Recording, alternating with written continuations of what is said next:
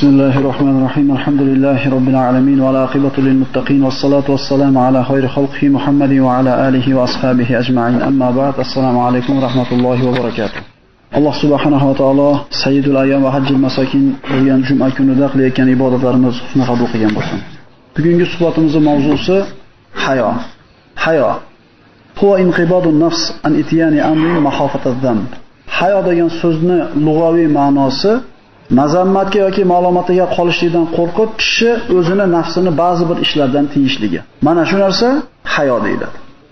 Hayo bizning tilda yana soddaroq qilib aytadigan bo'lsak, uyalishlik yoki uyatishlik degan ma'no bildiradi. Hayo 3 xil bo'ladi. Kishi Allohdan hayo qiladi, kishi odamlardan hayo qiladi va kishi o'zidan o'zi hayo qiladi. Hayo Allohdan bo'lgan hayo shunday narsaki, kishi Alloh subhanahu va taolodan qo'rqib, Allohning buyruqlarini qilishligi va qaytargan ishlardan tiyilishligi, o'zini xohlagan narsalarni tark qilishligi bu Allohdan bo'lgan hayo deb ataladi. Inson o'zini xohlayotgan narsasini qilmasligini hammasi hayo bo'lmaydi. Agar inson o'zi xohlayotgan narsani qilmasdan Alloh buyurgan buyrug'ini qaytargandan qaytmayotgan bo'lsa, bu hayo bo'lmaydi. Haqiqiy Allohdan qo'rqishlik, Allohning buyrug'ini bajarishlik va harom qilgan narsalardan tiygan odam o'zini Allohdan uyalyapman desa, to'g'ri bo'ladi. Biz ham namoz o'qimaganimiz bilan qo'rqamiz Allohdan uyalamiz deyotganlar mana shu gapida kazzob bo'ladi. Chunki Allohdan qo'rqayotgan, Allohdan hayo qilayotgan kishi haqiqatan uyalayotgan bo'lsa Allohdan haromni tark qiladi, namoz o'qiydi, Allohning buyruqlarini bajaradi. Kishi insonlardan hayo qiladi. Bu ana shu odamlarning ko'zida bir qabih bir sifatga ega bo'lishlikdan, odamlardan aziyatga uchrashligidan ehtiyot bo'lib, o'zi xohlagan narsani qilmasligi bu kishilardan bo'lgan hayosi. Va uchinchi hayo, kishi o'zidan ham hayo qiladi. Ya'ni inson o'zini nafsidan yolg'iz qolgan paytda ko'ngli kusayotgan narsani o'zidan uyalib qilmasligi, o'zidan o'zi hayo qilishligi bo'ladi.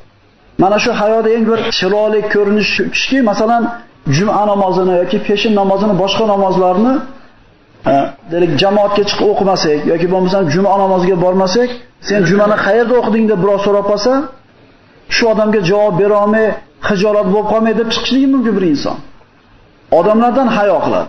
Lekin inson o'zidan o'zi hayo qiladigan bo'lsa, yolg'iz qolganda ham Alloh harom qilgan ishlardan tiyila oladi. Hayoning eng zo'r ko'rinishi yolg'iz qolganingizda bilinadigan amallardan. Mana aytamiz, bomdod namoziga uyg'ondingiz, sovuq, turgingiz kelmayapti, hech kim bilmayapti buni. Shunda inson o'zidan uyalsa, Allohdan uyaladigan bo'lsa, albatta turishligi kerak bo'ladi. Hayo bu mana Alloh subhanahu va taolo Qur'onda marhamat qiladi. Innalloha la yastahi an yadriba masalan ma ba'udatan fama fawqaha. Alloh chivin yoki undan-da haqir narsalar haqida masal aytishdan hech tortinmaydi. Ya'ni Alloh haq so'zni gapirishida Alloh hayo qilmaydi. Haqiqatdan hayo qilinmaydi. Nabiy sallallohu alayhi vasallam mana Zaynab binti Jahshga uylanganida valima qiladi va uyiga chaqirilgan mehmonlar to ovqat pishib, yeb bo'lgandan keyin ham o'tirishib oladi sahobalar. Alloh taolo Qur'onda oyat nozil qiladi: Inna zalikum kana yu'zin nabiyya fayastahi minkum wallohu la yastahi minal haqq. Chunki mana shu o'tirib olishingizlar payg'ambarga ozor berur. U esa sizlarni, ya'ni sizlarni haydab chiqarishlikdan hayo qiladi. Yani bu yerda bir qancha bir odoblar bor. Shulardan bittasi mehmonni odobi. Xuddi mezbonni odobi bo'lgandek, mehmonni ham odobi bo'ladi. Mezbonni uyini egallab o'tirib olishlik, qachon ketarkin degan holatga chap kelib qo'yishlik musulmon kishiga yarashmaydigan sifat. Payg'ambar sollallohu alayhi vasallam turib chiqib ketinglar degan sizlardan hayo qiladi deydi. Hayo bu iymonni egizagi. Iymoni bor odamda hayo bo'ladi. Hayosi bor odamda iymon bo'lishi shart. Iymon bo'ladi. Muttafaqun alayh bo'lgan hadisda Nabiy sallallohu alayhi vasallam marhamat qiladi, iymon 70 yoki 60 dan ko'proq shahobchadan iborat. Bizni tilayotganda toshcha degani, polka degani. Agar mana shu iymonda 70 ta shahobchasi bo'ladigan bo'lsa, eng oliysi la ilaha illalloh kalimasi, eng pasti yerda yotgan insonlarga ozor beradigan narsani yerdan olib qo'yishlik. Mana shu ham iymonning belgisi. Endi hayo uyatchang bo'lishligi kishini bu iymonning shahobchalaridan bittasi deb aytdi. Mana aytamiz, Bizda bir odamda uyalchang, hayoli, kechirimli bo'ladi-da, shijoati bo'lmaydi. Bir odam shijoatli, g'ayratli, yuragida bir o'ti bor bo'ladi-yu, hayosi bo'lmaydi. Bir odam masjidga 5 mahal yuradi, bolalarning tarbiyasiga beparvo. Bir odam tarbiyasini mahkam ushlaydi, o'zini tili sal buzuqroq. Payg'ambar sollallohu alayhi vasallamda hamma yaxshi sifatlar bir vaqtda jam bo'lgan. Shijoat bobida Rasululloh birinchi bo'lgan, doiralik borasida birinchi bo'lgan, kechirimlikda birinchi bo'lgan, hayoda ham birinchi bo'lgan. Rasululloh sollallohu alayhi vasallamning hayolari deydi, bari muttafaqun alayhi bo'lgan hadis Abu Sa'id al-Xudriydan, Rasulullohning hayosi nikoh kechasida to'shagini ustida yotgan qizni hayosidan ko'ra qattiqroq edi. Mana shunday hayolik, uyatchan bo'lgan Rasululloh. Lekin haq o'rin kelganda Rasululloh tog'dan ham mustahkam tura oladi. Bizda biri bo'lsa ikkinchisi yo'q. Uyatchaymi, halimmi, bo'ldi, shu bilan suhbat. Unda bir o't, shijoat, g'ayrat yo'q. Payg'ambar sollallohu alayhi vasallamning hayotidan ibrat oladigan bo'lsak, mana Yahudiydan bittasi bilan payg'ambarimizning pul muomalasi bor edi. Shunday keldida payg'ambarimiz mana shu ridolardan tortdi, shunday qattiq bo'ldi. Hatto mana shu yoqalari payg'ambarimizning bo'yniga ezilib, qizarib ham qoldi. "Ey Banu Muttolib" dedi. "Ey Abdul Muttolib zurriyoti" dedi. "Sizlar dedi birodar haqidan qo'rqmaysizlar" dedi. "Qarzini ado qilmaysanmi?" deb do'q qildi. Dag'allik, qo'pollik, qattiqlik, behayolik. Hali payg'ambarimiz bu Yahudiy bilan qiladigan muomalasidagi muddat kelmagan edi hali. Shunda Hazrat Umar payg'ambar sollallohu alayhi vasallam yonida turgandida, shuni qilichini sug'urdida, "Sen hali Rasulullohga shunaqa gapirasanmi?" dedi. "Ya Rasululloh, ruxsat bering, chop tashay buni" dedi. Payg'ambarimiz mana shu o'rinda mukammal nabaviy axloqni ko'rsatdi. "Ey Umar, bu narsaga muhtoj emas edim" dedi. "Balki sen menga aytsang bo'lar edi. Ya Rasululloh, haqqini chiroyli ado qiling. Yahudiga aytishing kerak edi. Ey Yahudi, chiroyli talab qilgan haqqingni" dedi. "Endi so'raganini ber" dedi. "Va qo'rqitganing uchun yana to'la" dedi. Moralni ushlab deymizmi biz? Shunda Yahudi bu go'zal, bu halim nabaviy axloqni ko'rdida iymonga keldi, kalima keltirib. Chunki payg'ambar sollallohu alayhi vasallam halimlik dedi. Faqat yaxshilik olib keladi. Al-haya'u la ya'ti illa bi khayr. Faqat yaxshilikni olib keladi. Sahroyi arab ko'p qaytarganmiz bu misolimizni. Masjidga kirdi, tuyasini bayladi va masjidning devoriga kirib bavul qilib siyishni boshladi. Hamma sahobalar shunday yoqasidan bo'g'di, nimaga masjidga siyasan? Hamma qo'pollik qildi. Lekin Rasululloh sollallohu alayhi vasallam buni ahvolini bilardi. Bu arobiy edi. Bunaqa odob axloqdan ja tarbiya topmagan edi. Halimlik qildi, tek qo'ylar dedi, bavlni tugatib olsin dedi. Halimlik qildi, muloyimlik qildi. Natijasi nima bo'ldi? Hali arobiy shimini baylab turiblar, qo'lini ochib, "Ey Alloh" dedi. "Meni jannatga kirgiz, Muhammadni jannatga kirgiz, boshqa ishimni kirgizma, Allohu akbar" dedi. Halimlik kishiga faqat yaxshilikni olib keladi. Hayo faqat yaxshilik olib keladi. Mana aytdik, iymonni egizaga dedik, hayoni.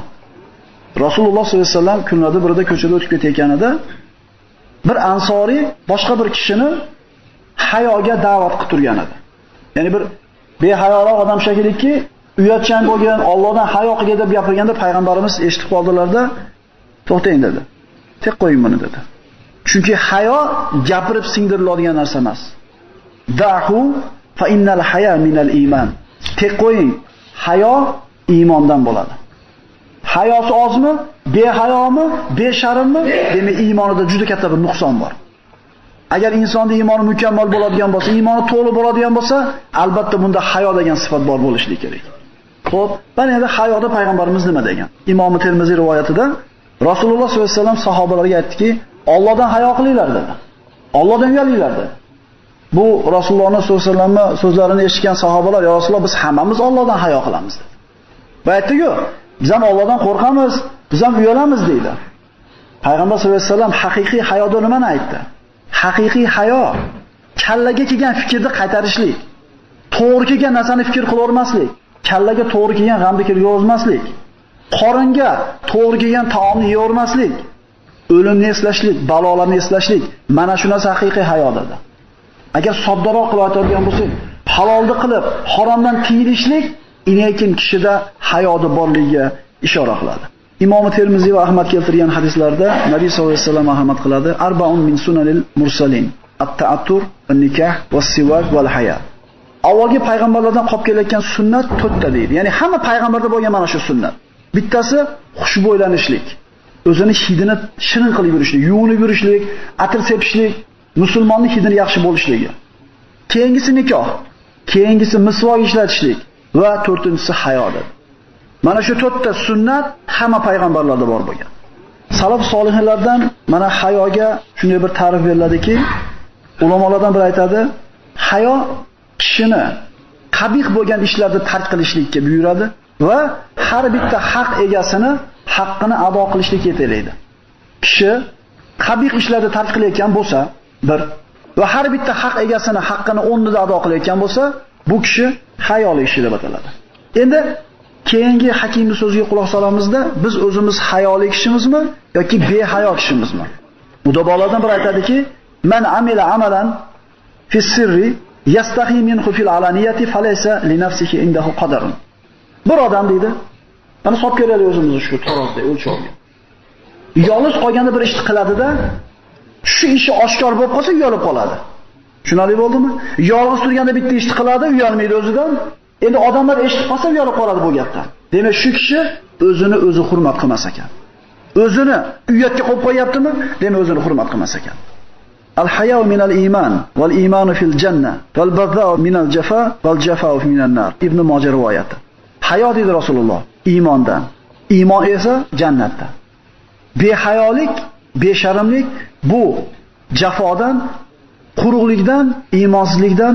Endi iymonsizlik qayerda bo'ladi? Jahannamda bo'ladi. Mana hayo xususida gapirdik, payg'ambar sollallohu alayhi vasallamning hayosini gapirdik. Xususan bir zamonlar bo'ldiki, ana shu hammomlar umumiy bo'lgan paytda avratlarni ochib kirishlikka majbur qilingan. Buni kattalar biladi. Ichki kiyimi bilan yoki bir qandaydir avratini yopadigan biror bir mezor bilan, mato bilan yopishlik man qilingan. Hasan Basri rahmatullohi alayhi aytadi, birovning avratiga Ali roziyallohu anhudan ekan, birovning avratiga qaraganda ham, avratiga qaratgan ham Allohning la'natiga loyiq. Avrat nima edi? Mana bilamiz avrat o'rinlarini. Erkak kishi bo'ladimi, ayol kishi bo'ladimi, avratini yopib yurmaydi ekan, yopib yurmagan odamga ham Allohning la'nati bo'lsin, avratga qarayotganga ham Allohning la'nati bo'lsin. Xudoga shukr, mana sovuq tushib qoldi, hiyla hamma o'ranib qoldi. Yoz bo'lganda ahvolimizni ko'rdik nima bo'lganini. Ko'chalarda yurishlik imkoniyati bo'lmay qoldi. Hasan Basri aytadi, la yasluhu duhul al-hammam illa bi izarayn. Izarun lil awrati va izarun lil ayni. Kishi hammomga kiradigan bo'lsa deydi, ikkita izor, ikkita yopinchiqqa muhtoj bo'ladi. Bittasi o'zini avratini yopadi yopinchiq, ikkinchisi ko'zni yopinchiq. Mana aytdik, qaraganda ham, qaratganga ham Allohning nasi bo'lsin, la'nati bo'lsin dedi. Hatto Nabiy sollallohu alayhi vasallam qazoi hojat qiladigan bo'lsa, to o'tirib olguncha etagini uzmas ekan ustidan. Buni mulohaza qilib ko'raylik. Har bitta bir ishda siz bilan bizga ibrat bo'lgan Rasululloh sollallohu alayhi vasallam mana shunday axloq egasi bo'lgan. Salmon Farsi roziyallohu anhu aytadi, birovning avratiga qaraganimdan ko'ra yoki meni avratimga birov qaragandan ko'ra 3 marta o'lib, 3 marta tirilganim menga osonroq deydi. O'ylab ko'raylik endi. Hattoki Usmon ibn Affon roziyallohu anhu uyida g'usl qiladigan bo'lsa, eshiklarni bekitib uyda ichida g'usl qiladigan bo'lsa, ana shu ustiga yopgan ezorni ko'tarmas ekan, qaramas ekan o'ziga o'zi. Yuvinadigan bo'lsa, sal engishibroq yuvinar ekan, tikka ko'tarib olmas ekan gavdasini, hayo qilganligida. Bu mana shu hayosiz bilan biz zamonimizda nihoyatda bir kamyob matoga aylanib qolyapti. Hayoli kishida, mana Imom Buxoriy keltirgan kitoblarida Bushr ibn Ka'bdan hikmat kitoblarida shunday yozilganki, inna minal haya'i waqaran va inna minal haya'i sakinatan. Hayoli, uyatchan bo'lgan kishida viqor bo'ladi. Hayoli kishida sakinat bo'ladi. Xotirjam bo'ladi bu odam. Nimaga xotirjam bo'ladi desa, yolg'iz qolganda biror bir gunoh qilmaydi-da, odamlar bilib qolmasin deb turib xavotirga tushmaydi. Odamlar ichida qanday xotirjam bo'lsa, o'zi bilan yolg'iz qolganda ham xotirjam. Alloh taoloning huzurida ham kishi xotirjam bo'ladi. Usmon ibn Affon haqida payg'ambarimiz nima degan? Arhamu ummati Abu Bakr va ashadduha fi dinillahi Umar va asdaquha hayan Usman. Ummatimni ichida eng rahimliligi, eng shafqatlisi bu Abu Bakr dedi. Allohning dinida eng shiddatli qattig'i Umar dedi. Endi meni ummatim ichidagi eng uyalchangi, hayoligi Usmon dedi. Usmon ibn Affon roziyallohu anhu. Imomi Ahmad musnadlarida keltirgan, ma kana al-fahshu fi shay'in qat illa shana va la kana haya fi qat illa zana. Qanaqa ish bo'lishidan qat'iy nazar, mana shu ishda fahsh bo'lar ekan, behayolik bo'lar ekan, fahsh bo'lar ekan, shu ishni albatta xunuk qiladi bu narsa. Va qaysi bir ishda hayo bo'lar ekan, albatta zinatlaydi. Bir o'tirishda oladigan bo'lsangiz, bir o'tirishda majlisda og'zidan shodi kirib bodi chiqadigan, behayosizlar gapiradigan majlisni tasavvur qiling-ku va mana shu narsa yo'q bo'lgan ikkinchi majlisni tasavvur qiling. Qaysinisi zinatlik, qaysinisi fahsh hisoblanadi. Bu agar sizni yurgan ana shu jo'radingizmi, qurugingizdingizmi, so'kinadigan, shu bir haqoratli gapni bemalol gapiradigan bo'lsa, o'tiraverganingizni o'rganib qolgansiz quloqingiz. Endi pokiza majlisga kirib qolgan odam darrov bu narsani ayirmasiga borib qoladi. Va aksincha, pokiza majlisda yurgan odam fahsh bo'lgan majlisga kiradigan bo'lsa, o'tira olmaydi bu yerda. Chunki qulog'i bu narsalardan pokiza bo'lib saqlanib qolgan bo'ladi. Kamolona mana shunday chiroyli so'zi keladiki, la yakun istihyauka minan nasi min nafsika aksar min istihyaka min g'ayrika. Odamlardan uyalganingdan ko'ra ko'proq o'zingdan uyalgin. Bu agar inson o'zidan o'zi uyaladigan bo'lsa, unga qorovulda ham keragi yo'q, soqchini ham keragi yo'q, unga hech kimga keragi yo'q. Chunki o'ziga o'zi kim u? Qorovul. Abu Hotim aytadi, qaysi bir odamni hayosi go'zal bo'lsa, uni xulqi go'zal bo'ladi. Yaxshiliklari ziyoda bo'ladi. Endi kimi hayosi ko'tarilsa, uni xursandchiligi ketadi. Xursandchiligi ketgan odam odamlarning oldida xor bo'ladi va odamlarning g'azabiga uchraydi. Odamlarning g'azabiga doim uchrayotgan odam hayotda ozor, aziyat bilan yashaydi. Qayoqqa borsa, jirki ursa, qayoqqa borsa turturadigan bo'lsa, bu odam aziyatda yashaydi. Kim aziyatda yashasa, hayotda mahzun yashaydi. Kim doim mahzun yashasa, aqlini yo'qotadi. Aqlini yo'qotgan odamni og'zidan chiqqan so'zi ko'proq o'ziga nima qiladi? Ziyon qiladi. Behayo odamga dori yo'q. Bu kasal emas, jismoniy, jasadiy kasal emaski, tashqaridan bir tabib kelib tuzatib qo'yish iloji bo'lsin. Inson o'zini o'zi tarbiya qilishlik kerak bo'ladi. Chunki nahotki o'zidan uyalmaydi. Odamlarni mana bir chekkaga surib qo'ysin. Xo'p, Allohni ko'rmayotgan bo'lsin. Inson o'zini o'zi hayo qilmaydimi? Hayosi yo'qni dorisi yo'q. Hayosi yo'q bo'lgan odamning vafosi ham bo'lmaydi. Ya'ni mana nifoq haqida dars qilganimizda aytdik, munofiqning alomati 4 ta dedik. Shundan bittasi ahdiga vafo qilmaydi. Behayo odam bir odamga va'da beradi, va'dasini bajarishlikda suskashlik qiladi, bajarmay qo'yaveradi. Bir uzrni aytib qo'yaman, bir bahonani aytib qo'yaman.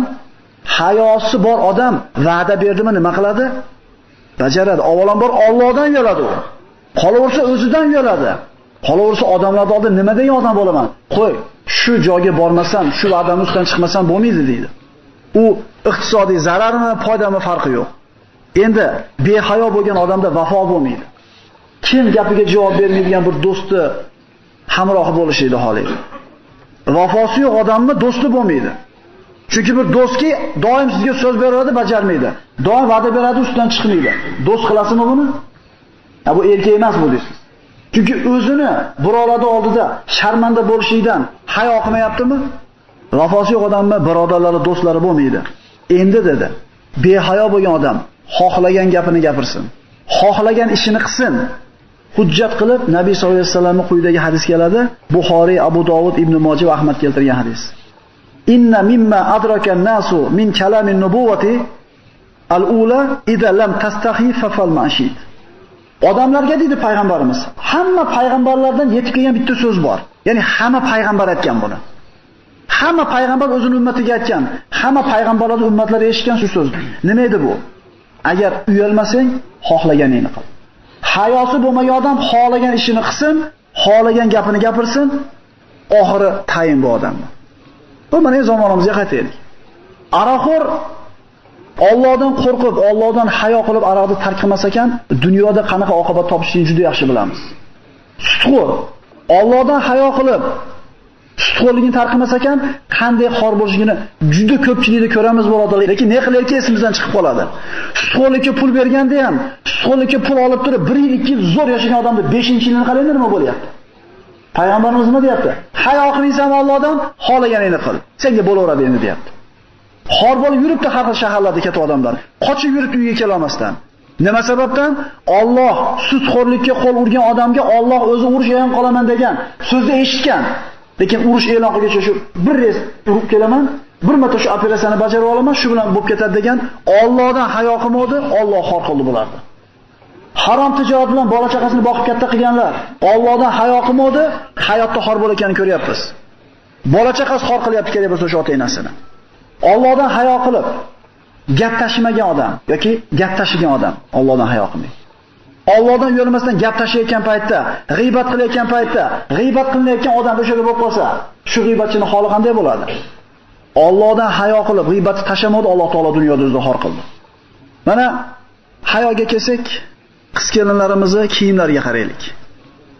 Mana aytdik-ku, bizda javomil xuluq, go'zal xulqlarning mukammal ko'rinishi yo'q. Masjidga 5 mal qatnaysiz, darsxonaga borasiz, Qur'on yodlaysiz, qizingizni qanday kiyim, keliningizni qanday kiyim kiyib chiqib ketayotganligini ahamiyati yo'q sizga. Allohdan hayo qilmaysizmi? Darsxonaga borasiz, masjidga kelasiz, masalan eshitasiz-da, chiqib turib bilgan ishingizni qilasiz. Harom tijorat qilib bo'lmaydi, bunday qilib bo'lmaydi desa eshitib turib bilasizda, Allohdan uyalmasdan chiqib boboyda davom etkazaverasiz. Bu Allohdan uyalishlikka kiradimi, kirmaydimi? Ota-onalar farzandlarning oldida avratlarini yopib o'tirmasligi, masjidda ozon aytib turgan paytda serialda o'chira olmasdan enalarni ko'rib o'tirishligi, shomdan o'g'li quvon deyishlik. Bu Allohdan uyalishlikka to'g'ri keladimi, kelmaydimi? Endi buni ko'rib katta bo'lgan qizlar yoki kelinlar nima bo'ladi katta bo'lganda? Allohdan hayo qilmagan odam deb Payg'ambar sollallohu alayhi vasallam xohlagani qilsin. Bu odam hech qanday narsani foydasi bo'lmaydi. Ko'rayotgan kinolarimiz. Aytamiz-ku, siz agar o'zingizdan uyalmasangiz, sizga hech qanday narsani foydasi tegmaydi. Qo'lingizda turibdi ana shu pulni. Ana shu bema'ni narsa kelib qoldi. Shab bosib o'chirib qo'ygan quvvatingiz yetmayaptimi? Allohdan uyalmayotganingiz emasmi shu? O'zingizda agar yoningizda bitta odam bo'lsa o'chirib qo'yasiz. Kimdan uyatasiz? Allohdan uyalishlikka haqli emasmidi odamlardan uyalishlikdan ko'ra? Yolg'iz qolganda kishi aytdik, o'zidan uyaladigan bo'lsa hech kimdan uyalmaydi. Chunki yolg'iz qolganda ham aniq kimligi, odamlar ichida bo'lganda ham aniq kimligi. Mana qadim zamonlarda rivoyatda keltirilgan bir kishi o'rmonda ketar ekan, kechasi kech kirib qolgan paytida bir sherni ovozini eshitdi-da, daraxtga qo'rqib chiqib oldi. Hali baqirgan sher keldida, daraxt oldini timiskinlanib hidab ketdi. Ketgandan keyin hali daraxtdagi odam tushib qarasa, daraxtda bir odam yotibdi. Hali odam yotib turib, hozir menga sher keldi. Qo'rqmaysizmi o'rmonda yolg'iz yotgani desa, hali kishining gapini qarang. Men deydi, Allohdan boshqadan qo'rqqani uyalaman deydi. Ehtimolki shu kishining Allohdan bo'lgan hayosiga Alloh taolo mukofot qilib sher bunga ko'rsatmasdan nariyoqqa jildirib yubordi. Biz juda ko'p ishlarni odamlar bilib qolmasin deb qilamiz. Hatto ehsonlarimizni, birodarlar. Qo'y endi odamlar nima deydi deb turib, subhanalloh, yonboshimizda ikkita bolasi bilan qolgan to'y xotin, bu yerda bir miskin bechora kambag'al odam bor edi. Ikkitadan to'rtidan non berib qo'ysak ham ehson bo'lar edi. Allohdan qo'rqib ehson qilmaymiz, hayo qilib. Lekin uyat endi to'rtta bola boqib turib bitta ehson qilishmadi deyishmasin deb odamlardan hayo qilib, odamlarning ro'yasini qilmaylik bunaqa ehsonni. Chunki qiyomat kunida Alloh taolo jahannamga birinchi tashlaydigan 3 ta odamdan bittasi olim edi. Nima ish qilding desa, ilm o'qidim, ilm o'rgatdim dedi. Yolg'on gapirding, sen odamlar deb qilding dedi. Sud do'zaxqa dedi. Boyni olib keldi. Nima qilding desa, seni yo'lingda pul sarfladim dedi. Yolg'on gapirding dedi. Alloh dilini bilib turadi bularni. Odamlar seni saxiy deyish uchun qilding. Sud jahannamga dedi. Jonini Alloh yo'lida qurbon qilgan shahidni olib keldi. Nima qilding desa, jonim berdim dedi. Yolg'on gapirding. Sen odamlarning oldida shahid degan maqomda olish uchun qilding. Sud jahannamga dedi. Talabalar darsni yaxshi tayyorlab bormasam domla ma'lumot qilmasin deb o'qiymiz. O'shuning uchun bizni kallamizga hech bola kirmayapti. Maktabda o'qiyotgan o'quvchilar agar Allohdan hayo qilib qilganimizda bu jolanadi ilm. Va har bitta hunar egasi o'zini qilayotgan ishiga hisob ko'rsa, mana shu aytilayotgan qoidani. Biz Allohdan qo'rqib qilsak har bitta ishimizni, Allohdan hayo qilib qiladigan bo'lsak, siz bilan bizni uni bo'lishligimiz aniq. Bidoya va nihoyada mana Usmon ibn Affon haqida shunday bir hikoya qilinadi. Nabiy sallallohu alayhi vasallam, mana Oysha onamiz aytadi, "Men hujramda edi" deydi. Men hujramda turuvdi, yon boshlab olgan edi deydi. Boldirni bir qismi ochiq edi deydi. Yon boshlab yotar edi. Ana shu xonaga kirgani Abu Bakr Siddiq izn so'radi. Payg'ambarimiz kiring dedi, qimillamadi. Orqasidan Umar ibn Xattob kirdi. Payg'ambarimiz qimillamadi. So'ngra kirishlikka Usmon ibn Affon izn so'raganda payg'ambarimiz shunday o'zini to'rlab o'tirib oldi-da, oyoqlarini yopib oldi. Bu kishilar chiqib ketgandan keyin Oysha onamiz aytdiki, Abu Bakr kirdi, parvo qilmadingiz. Umar kirdi, parvo qilmadingiz. Endi Usmon kirganda to'g'ri o'tirib oyoqlaringizni yopib oldingiz dedi. Agar Usmondan farishtalar hayo qilsa, men hayo qilmayman Usmondan dedi. Usmon shunday hayoli kishiki, farishtalar ham undan hayo qiladi dedi. Shuning uchun Nabiy sollallohu alayhi vasallam ham u kishidan hayo qilyapti. Bizni hech kim rioya qilmasdan, bizdan hech kim hayo qilmayotgan bo'lsa, bir o'ylanib ko'raylik. Biz o'zimiz hayo qilmayapmiz shekilli Allohdan. o'zimiz haqimizda hayo qilmayapmiz shekilli. Salaf solihlar, sahobalar mana shunday ulug' kishilar bo'lgan. Hattoki Rasul sollallohu alayhi vasallam emas, farishtalar ham hayo qilgan ekan. Suhbatimizning nihoyasida hayoni qaytarib qo'yamiz. Hayo 3 xil bo'ladi. Birinchisi Allohdan hayo bo'ladi. Allohning buyruqlarini bajarib, harom qilgan narsalardan qaytayotgan odam Allohdan uyalyapman desa bo'laveradi. Ikkinchisi, odamlardan hayo qiladi kishi. Odamlarning ko'zida xunuk bo'lib, mazammatga qolishidan qo'rqib, bu odamlardan hayo qilayotgan odam bo'ladi. Uchinchisi, inson o'zi yolg'iz qolgan paytda o'zidan o'zi hayo qilishligi. Chunki Alloh subhanahu va taolo mana Payg'ambar sollallohu alayhi vasallamning tili bilan hayo iymon shoxobchalaridan bir shoxobcha dedi. Behayo odam xohlagan ishini qilsin, unga hech qanday narsa asqatmaydi deb aytdik. Alloh subhanahu va taolo hayoli bandalardan qilgan bo'lsin. Assalomu alaykum va rahmatullohi va barakatuh.